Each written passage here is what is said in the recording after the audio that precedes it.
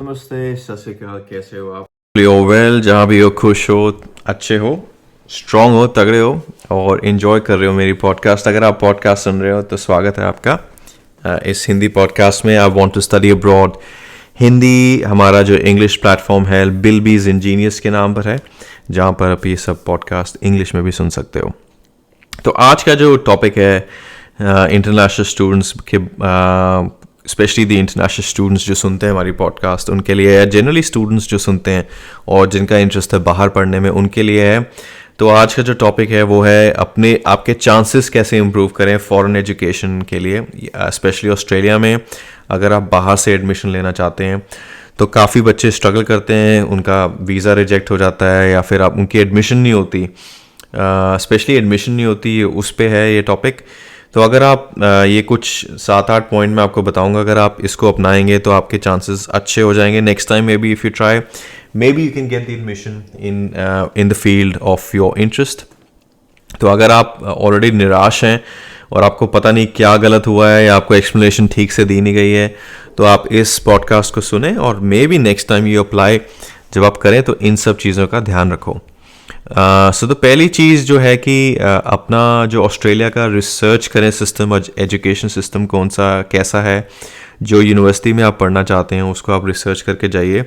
Not just कि आप उस पर रिलाई करें अपने एजुकेशन कंसल्टेंट पे, बट खुद रिसर्च करें, गूगल करें, सर्च करें, लोगों से पूछें, या फेसबुक पे आप चेक कर सकते हैं, या फिर उनकी गूगल रिव्यूज़ पढ़ सकते हैं कि यूनिवर्सिटी के कैसे अच्छे रिव्यूज़ हैं कि नहीं हैं, क्या उसकी एक अच्छी इंटरनेशनल रैंकिंग है कि नहीं। ये सब आप खुद आराम से चेक कर सकते हैं। और उनकी एडमिशन प्रोसेस क्या है वो आप उनकी वेबसाइट पे आप आराम से चेक कर सकते हैं, और इससे आपको पता लग जाएगा कि आपकी गलती क्या थी। अगर आपको किसी और यूनिवर्सिटी में एडमिशन नहीं मिली है तो आप ये चेक कर सकते हैं। दूसरा है कि आपको सही प्रोग्राम आपको चूज़ करना है। इसका मतलब ये है कि जिस फील्ड में आपका इंटरेस्ट है उसको आप चूज़ करें। ये नहीं कि आपको जस्ट बिकॉज परमानेंट रेजिडेंसी चाहिए और आप इंजीनियरिंग फील्ड में और आप अकाउंटिंग फील्ड का प्रोग्राम पकड़ रहे हैं, तो ऐसा मत करो। आप मेक श्योर करो जो आप प्रोग्राम पकड़ रहे हो उसमें आपका इंटरेस्ट हो, क्योंकि ये आपकी लाइफ का डिसीजन है। अगर आपने उस कंट्री में रहना है लॉन्ग टर्म, जो आप श्योर आप रहना चाहते हैं, तो ऐसी चीज़ करें जिसमें आपका इंटरेस्ट हो। Not just because you want to get permanent residency और धक्के से आप कर लेंगे, ऐसा मत सोचो। आप सोचो कि अगर आपको आगे उस फील्ड में काम करना है तो उसमें आपका इंटरेस्ट है कि नहीं, वो आपको वो चीज़ ध्यान दे के एक चूज़ करना प्रोग्राम जिसमें आप एक्सेल भी कर सकें।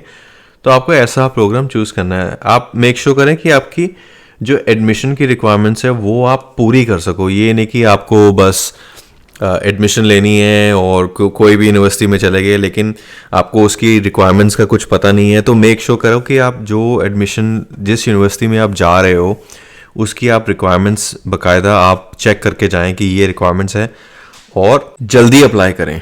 अगर आप जल्दी अप्लाई करोगे और उसमें 100 सीटें हैं और आपको पता है कि फेब में शुरू होगी एडमिशन, जून के सेशन में मुझे जाना है, तो फेब में ही आप अप्लाई करना शुरू करें, बजाय इसके कि आप अप्रैल मई में अप्लाई करें और वो आपकी सिर्फ एंडिंग डेट है और तब अप्लाई करो। इट्स बेटर कि आप पहले ही अप्लाई कर दो, और आपको 100 में से जो अगर पहले 10 सीट हैं उसमें आपका नंबर होना चाहिए। तो ये आप ध्यान रखो कि ये आप चीज़ें फॉलो करो। और जब आप अप्लाई करते हो अपनी हाईलाइट करो स्किल्स और अचीवमेंट्स आपकी क्या रही हैं, एकेडमिकली क्या रही हैं, एक्स्ट्रा करिकुलर एक्टिविटीज़। अगर आपने स्पोर्ट्स खेली हैं तो उसके बारे में उसको हाईलाइट करो। सर्टिफिकेट्स तो साथ में, कोई कम्युनिटी सर्विस की है या अगर आपका वर्क एक्सपीरियंस है तो उसको हाईलाइट करो। ये 5वीं चीज़ है। जो छठी चीज़ है कि अपनी एक जो आप SOP बनाते हैं, स्टेटमेंट ऑफ पर्पस, वो एक अच्छी से स्ट्रॉन्ग स्टेटमेंट बनाएं जिसमें आप हाईलाइट करें कि आपके गोल्स और एम्बिशंस क्या हैं, आपकी मोटिवेशंस क्या हैं स्टडी करने के लिए ऑस्ट्रेलिया में, और अपनी स्ट्रेंथ को अच्छे से हाईलाइट करें। और आप ये भी कह सकते हैं कि मैं ये चीज़ें कर सकता हूँ towards contributing to the university community rather. तो आप ये सब चीज़ें जब हाईलाइट करेंगे तो आप ये पोर्ट्रे करें बेसिकली, ये आप अपने आप को सेल कर रहे हैं उनके, और ऐसा सेल करें कि आप प्रोफेशनल साउंड करें। जो आपकी स्टेटमेंट ऑफ पर्पस है सिर्फ ऐसे मत लिखो कि जैसे कोई ऐसे लिख रहे हो, किसी से आप चेक करवाओ। अगर आपने लिखा है किसी पढ़े लिखे से आप चेक करवाओ कि ये अच्छी लिखी गई है कि नहीं, ये सब चीज़ें जो मैंने आपको बोली हैं, इसको ध्यान में रख के आप ये चीज़ें आप करो, क्योंकि स्टेटमेंट ऑफ पर्पस से भी बहुत चीज़ें बदल सकती हैं। अगर उनको पसंद आए तो उससे आपकी जो प्रोसेस है ईजी हो जाएगी, आपकी जेन्युइननेस नज़र आएगी। तो मेक श्योर करो आप ये चीज़ें फॉलो करो। अच्छी एक स्टेटमेंट ऑफ पर्पस, अपनी पर्सनल स्टेटमेंट अच्छी लिखो। Obtain necessary visa documentation, visa and documentation. Make sure करो कि आपकी सारी जो डॉक्यूमेंटेशन रिक्वायरमेंट है स्टडी इन ऑस्ट्रेलिया की वो पूरी हो। उसमें हेल्थ इंश्योरेंस भी है, प्रूफ ऑफ फाइनेंशियल सपोर्ट भी है, और आपका स्टडी वीज़ा तो है ही है। तो ये सब चीज़ें आपको ध्यान में रखनी है। स्टूडेंट वीज़ा तो चलो आपका बाद में आता है, लेकिन जब आप अप्लाई करेंगे और आपकी एक अच्छी स्टेटमेंट ऑफ पर्पस है और आप अपना प्रूफ ऑफ फाइनेंशियल सपोर्ट भी अगर दिखा दोगे तो उसमें कोई दिक्कत नहीं आएगी एडमिशन में। Proof of financial support genuine दिखाना है, कुछ नकली मत दिखाना, क्योंकि बाद में अगर कोई दिक्कत आती है तो आप फंस सकते हो। तो जेन्युइन दिखाना ही बनता है, कुछ उसके अंदर चालाकी मत करना। I would recommend. बहुत लोग आई थिंक डेस्परेट होते हैं आने के लिए, लेकिन बहुत सारे ऑप्शंस हैं करने के। स्टूडेंट लोन होते हैं, या फिर अपने आपके नियर एंड डियर वंस के फाइनेंशियल सपोर्ट से भी आप आ सकते हैं। वो भी ऑप्शंस होते हैं, वो आपके एजुकेशन कंसल्टेंट बताएंगे। हर कंट्री का अलग अलग सिस्टम है। जहाँ तक ऑस्ट्रेलिया की बात है, आप किसी के थ्रू अगर आपके कोई ब्लड रिलेशन में हैं आपके तो रिलेटिव्स हैं, तो उनके भी थोड़े आप डॉक्यूमेंट्स लगा के उनका सपोर्ट भी दिखा सकते हैं। प्लस अपना लोन लेके आप आराम से आ सकते हैं, कोई ऐसी बड़ी बात नहीं है। तो ज़्यादा उसमें टेंशन लेने की बात नहीं है। कुछ गलत राह पे मत चल जाना, गलत चीज़ें मत दिखाना। Last but not the least की consider hiring a good education consultant. अच्छा एक एजुकेशन कंसल्टेंट आप हायर करें। अगर आपका एक एक्सपीरियंस इसमें अच्छा नहीं रहा है तो मैं यही कहूँगा कि आप उनसे बात करें, अपने पेरेंट्स को बोलें, उनसे बात करें, जो भी एजुकेशन कंसल्टेंट आप फिर से चूज़ कर रहे हैं। और मेक श्योर करें कि जेन्युइन हो, और उनसे पूछो कि आपकी क्या नज़रिया है। मे बी आप अपने डॉक्यूमेंट्स दिखाएं तो एक जेन्युइन एडवाइस आपको मिल सकती है। या फिर अगर आपके क्वेश्चंस वो आप आराम से आंसर कर सकते हैं देयर एंड देन, तो उससे आपको थोड़ा आइडिया हो जाएगा कि आपकी वो काउंसलिंग कैसे करते हैं। वो सब चीज़ें मैटर करती है। आप उनसे बात करोगे, एक बार ही बात करने में आपको थोड़ा सा आइडिया हो जाएगा कि वो आपके लायक है कि नहीं। और अगर आपको नहीं भी लगता तो आप खुद भी थोड़े जो क्वेश्चंस आपको पता है ऑलरेडी उनके आंसर्स, वही क्वेश्चन आप उनसे पूछ सकते हैं और वो देख सकते हैं कि वो मैच करते हैं कि नहीं, अगर उनके आंसर आपके आंसर से, बिकॉज आपने रिसर्च कर रखी है। तो ये एक अच्छा स्टाइल है चेक करने के लिए कि आपका एजुकेशन कंसल्टेंट को नॉलेज है कि नहीं। तो एक और चीज़ में मैं बात करूँगी कि बहुत सारे बच्चे क्वेश्चन पूछते हैं, सर एआई का कोर्स अच्छा है कि नहीं, मैनेजमेंट का कोर्स अच्छा है कि नहीं, अकाउंटिंग का कोर्स अच्छा है कि नहीं, हम कौन सा कोर्स करें, what do you think, because I am based out of here in Australia in Melbourne. तो आज मैं उसके बारे में बात करूँगा कि अच्छे ऑप्शंस क्या हैं स्टडी इन ऑस्ट्रेलिया के from an overseas education perspective. तो बिजनेस एंड मैनेजमेंट काफ़ी अच्छा ऑप्शन है, एक बहुत बढ़िया ऑप्शन है। क्योंकि ऑस्ट्रेलिया के अंदर बहुत अच्छे बिजनेस स्कूल्स हैं, फाइनेंस, मार्केटिंग, अकाउंटिंग और मैनेजमेंट के लिए। बहुत सारी कंपनी है, अकाउंटिंग फर्म्स है, EY है, डेलॉयट है, काफ़ी सारे बैंक्स हैं, ANZ है, कॉमनवेल्थ बैंक है, वेस्टपैक बैंक है, काफ़ी बड़े बड़े बैंक्स हैं, $1 बिलियन बैंक्स हैं, इनके प्रॉफिट्स बिलियंस ऑफ डॉलर्स में होते हैं, कोई छोटे मोटे बैंक्स नहीं हैं। और बहुत सारी मैनेजमेंट की फर्म्स हैं और फाइनेंस की फर्म्स हैं। तो कमी नहीं है फाइनेंशियल मार्केट के अंदर। अगर आपको इंटरेस्ट है या अकाउंटिंग में इंटरेस्ट है या फिर बैंकिंग में इंटरेस्ट है तो यहाँ पे ना कोर्सेज की कमी है ना जॉब्स की कमी है, तो उसमें आप ज़रूर आप ट्राई कर सकते हैं और बहुत अच्छी यूनिवर्सिटीज़ हैं। दूसरा है इंजीनियरिंग एंड टेक्नोलॉजी। इसमें तो सबको मालूम ही है कि ऑस्ट्रेलिया, अगर आपको नहीं भी मालूम तो मैं आपको बताता हूँ कि काफ़ी इनोवेटिव हैं ऑस्ट्रेलिया इंजीनियरिंग में और टेक प्रोग्राम्स में। अच्छी यूनिवर्सिटीज़ हैं, civil, mechanical, electrical, software engineering, ये सभी अच्छी। नॉर्मली जनरली भी जो भी आप इंजीनियरिंग फील्ड में जाना चाहते हैं उनकी ये सारी यूनिवर्सिटीज़ में सबके कोर्सेज बहुत अच्छे हैं। जो भी यूनिवर्सिटीज़ यहाँ पे अच्छे लेवल पे हैं उनकी अच्छे कोर्सेज हैं ये, आप you can't go wrong in it. तो तीसरा है medical and health science. So medicine और हेल्थ साइंस मतलब यहाँ की एजिंग पॉपुलेशन है, काफ़ी एज्ड लोग भी हैं और आई वुड से 40+ में काफ़ी मैं गिनता हूँ काफ़ी लोग हैं। यंग स्टूडेंट्स भी आते हैं, यंग जनता भी है, लेकिन ज़्यादातर 30-40s में हैं, बहुत यंग नहीं है।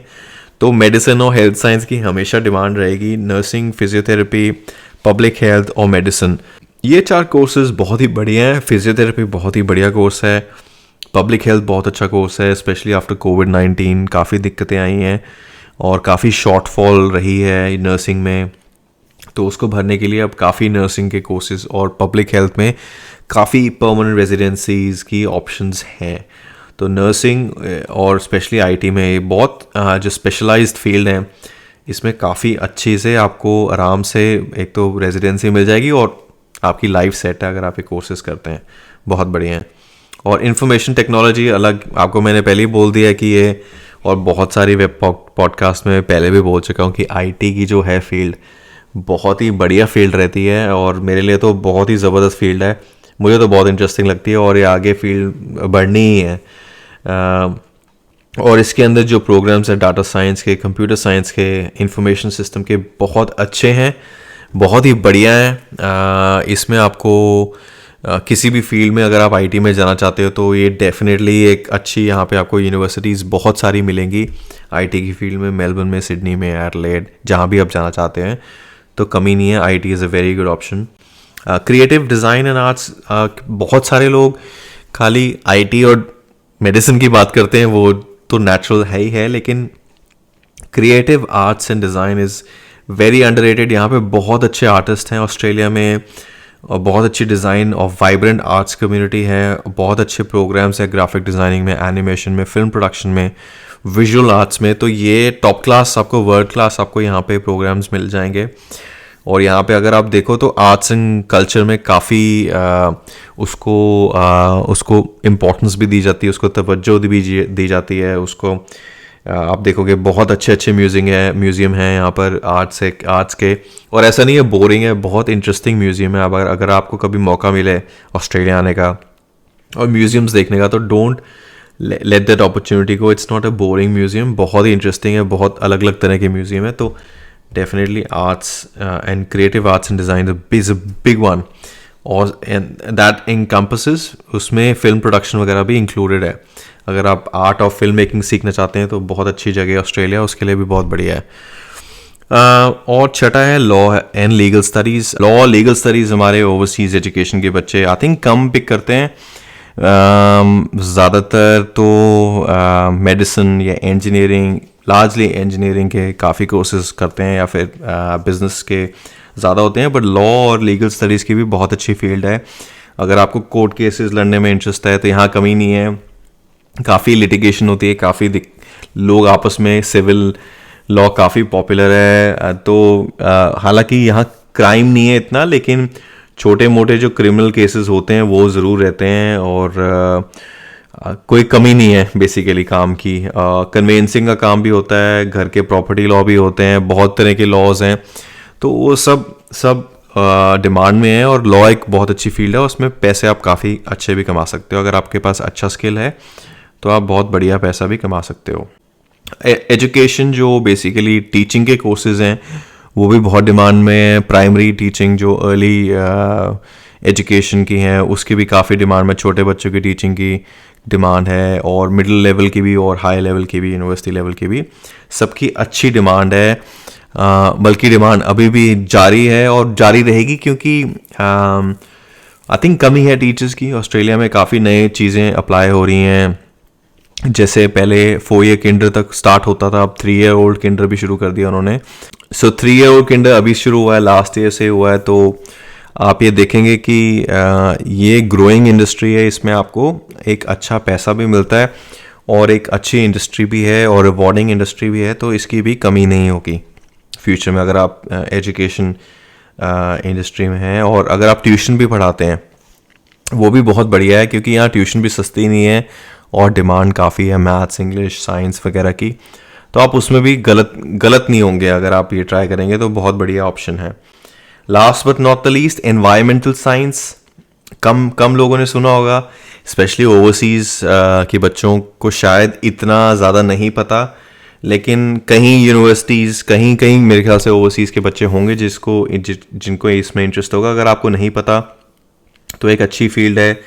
बेसिकली ऑस्ट्रेलिया में काफ़ी कंजर्वेशन है, कंजर्वेशन पे ध्यान दिया जाता है, conservation of biology, there is environmental management, marine science. इनका मतलब ये है कि आपके जो नेचुरल रिसोर्सेज हैं आसपास उसको कंजर्व कैसे करना है। अगर आपके कोरल रीफ है, ग्रेट बैरियर रीफ जैसी जगह हैं, उनको कैसे कंजर्व किया जाए ताकि उसका वो रहे, वो ख़त्म ना हो।